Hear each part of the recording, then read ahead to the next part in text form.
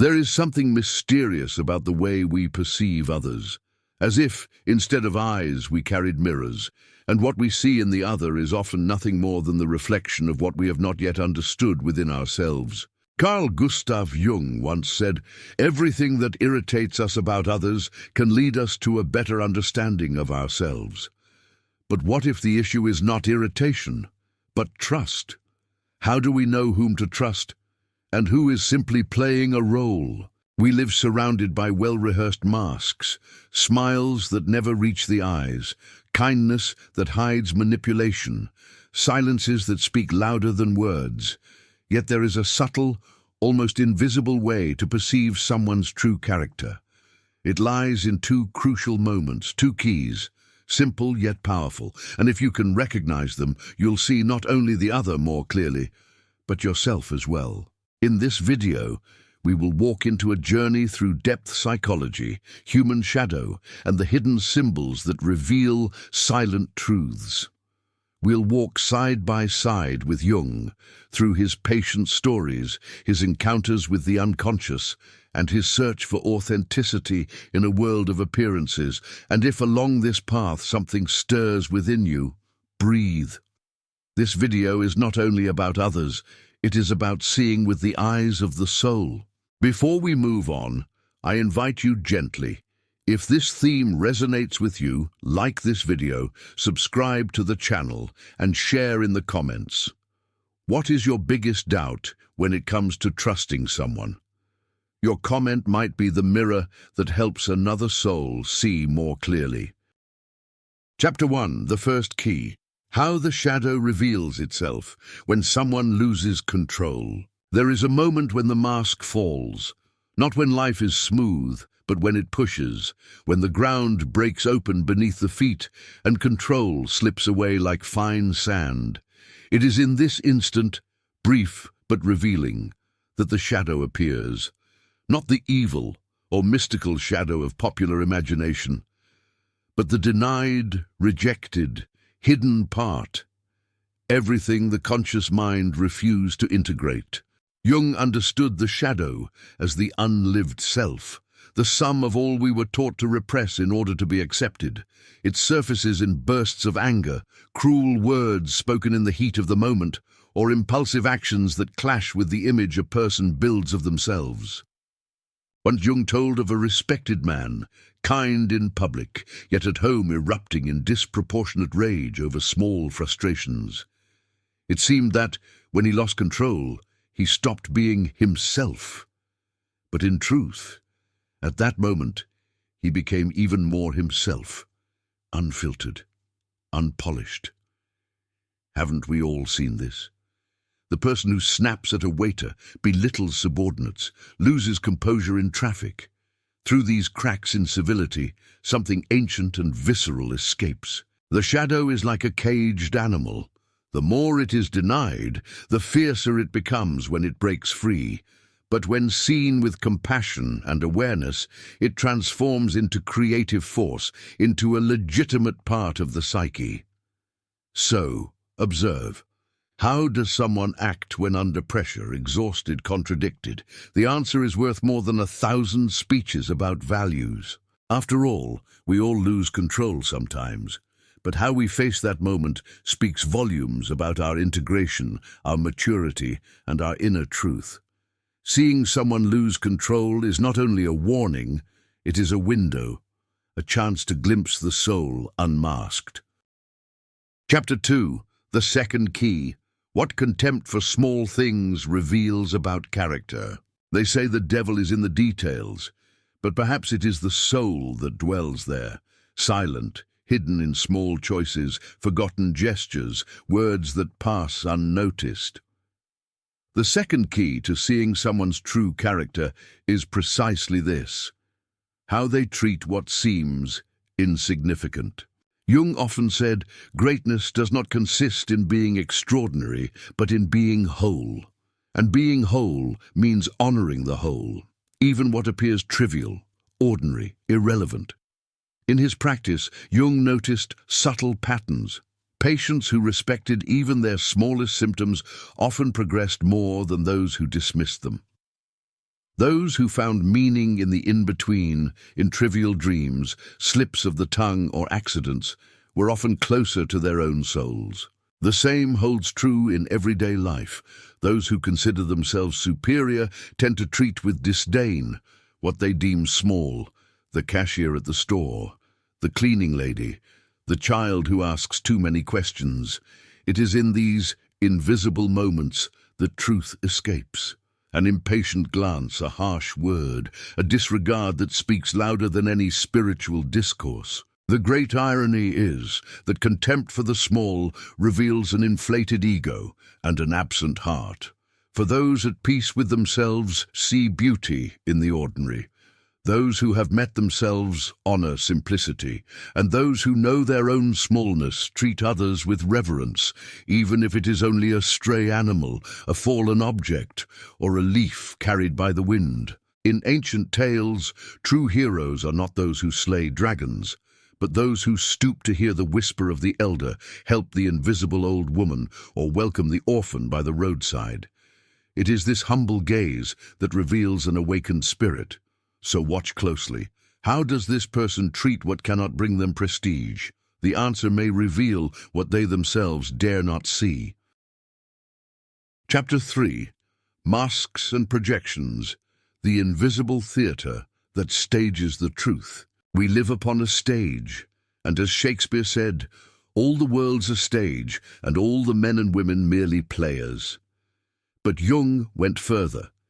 He pointed out that the roles we choose, or that are imposed upon us, shape not only what we show the world, but also what we hide from ourselves. This mask we wear, Jung called it the persona, is necessary. It allows us to live in society, to adapt, to survive. But when we confuse the mask with the soul, when we believe we are only that role, we risk losing touch with our deepest truth. How many times have we trusted someone who seemed genuine until one gesture revealed another face? How often was kindness merely a facade, sweetness a tool of manipulation, firmness a shell hiding insecurity? Projections, in turn, are like spotlights we cast upon the other.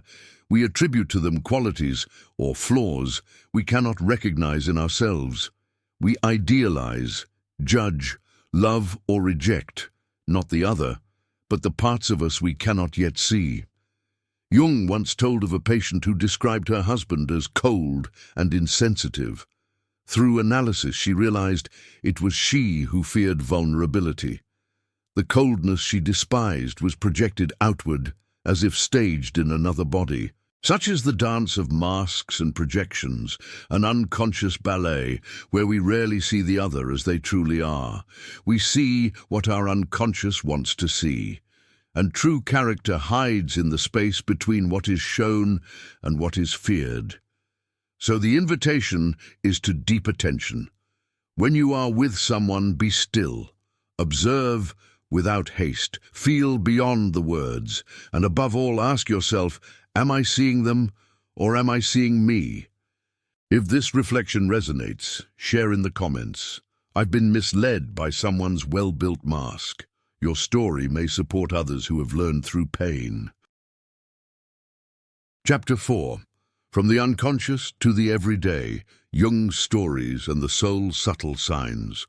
Jung often said the unconscious speaks to us all the time, but we rarely use the right ears to hear it.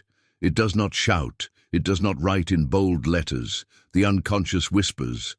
In repetitive gestures, frequent forgetfulness, disproportionate reactions, in the tone of voice when speaking of someone absent. In his sessions, Jung was an observer of the soul, not only of words spoken, but of the silence between them. One story illustrates this well. A young patient, always impeccable, said she could not understand her constant loneliness. Apparently kind, polite, witty, but whenever she mentioned the doorman of her building, her voice turned dry, impatient. She laughed at his simplicity as if that made her clever. Jung did not confront her directly, but he wrote in his diary, "The unconscious reveals arrogance disguised as lightness." From there, he guided her not by the symptom of loneliness, but by the trail left by that subtle contempt. Together, they uncovered an old wound in her origins, a need to be better than everyone, to feel worthy of love. And so, the path of healing began. These small signs are everywhere. How someone reacts when a waiter makes a mistake, the tone used when referring to an ex, the speed with which they dismiss someone else's pain with ready-made phrases. All these are echoes of the unconscious, fragments of the story each person carries. And you, have you noticed these details? Perhaps that colleague who always interrupts is not trying to dominate, but only to prove they exist, or that friend who laughs at everything may, inside, be terrified of falling apart at the slightest touch of reality. The soul leaves traces, and learning to see them is more an act of inner listening than of judgment. Jung did not offer ready answers. He observed. With presence, with surrender, with silence, you can do the same. In the details lies destiny. In the small gestures, character. In the ordinary, the sacred. Chapter 5. Practical exercise. Tuning your inner sight to see what's hidden. The soul does not reveal itself on command. It opens in the rhythm of silence, of listening, of presence. And to see what is hidden in others, you must first learn to see what is hidden in yourself. Jung said consciousness is like the flame of a candle in the vastness of a dark cave. It does not illuminate everything at once, but patiently reveals shapes, textures, shadows. And only when we learn to walk with that faint light can we begin to see beyond appearances. This exercise is a symbolic walk with that candle lit. Find a quiet place, take a deep breath, close your eyes. Imagine yourself stepping into an ancient hall filled with mirrors. But these are no ordinary mirrors. Each one reflects not your physical image, but a part of you that usually hides. One mirror shows your silent anger, another, your longing for approval. A third reveals your exhaustion from wearing masks. Stay there for a few minutes, simply observing, without judgment, just welcoming. Now imagine walking to a mirror at the far end. In it, you see a person who has caused you doubt, someone whose true nature you cannot decipher. Observe this image carefully. What emerges there? What feelings arise? What within you reacts to what you see? Projection is often a bridge to understanding, and when we honestly look at the reactions someone awakens in us, we begin to distinguish what is theirs and what is ours. When finished, thank the mirror, and thank yourself for the courage to see what so many avoid. Then write, without filters. Note what you saw, what you felt, what you understood. This act of writing is fertile ground where intuition blossoms. This exercise has no hurry. It can be repeated as often as you wish. With each repetition, one more veil falls away. For seeing the other is, above all, an act of seeing yourself with greater clarity and compassion. Conclusion. Seeing with the heart, the courage to recognize truth in others and in yourself. The true character of someone does not reveal itself in rehearsed moments. It appears when defenses fall, when chaos arrives, or when no one is watching. It is there, in how someone acts when they lose control, or in how they treat what seems too small to matter, that the soul whispers its truths. But to notice these signs requires more than attention. It requires presence, courage, heart. Carl Jung devoted his life to the art of seeing the invisible, and he knew that, to see others clearly, one must first befriend their own shadows. Only those who have walked their own labyrinths can recognize hidden paths in another without losing themselves.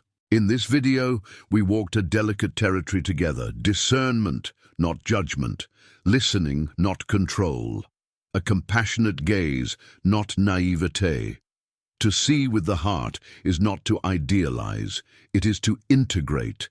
It is to accept that every human being carries both light and shadow, greatness and fragility, truth and illusion. And perhaps, in the end, true power does not lie in discovering who the other is, but in remaining centered in yourself, whole, sensitive, awake, even before the masks of the world.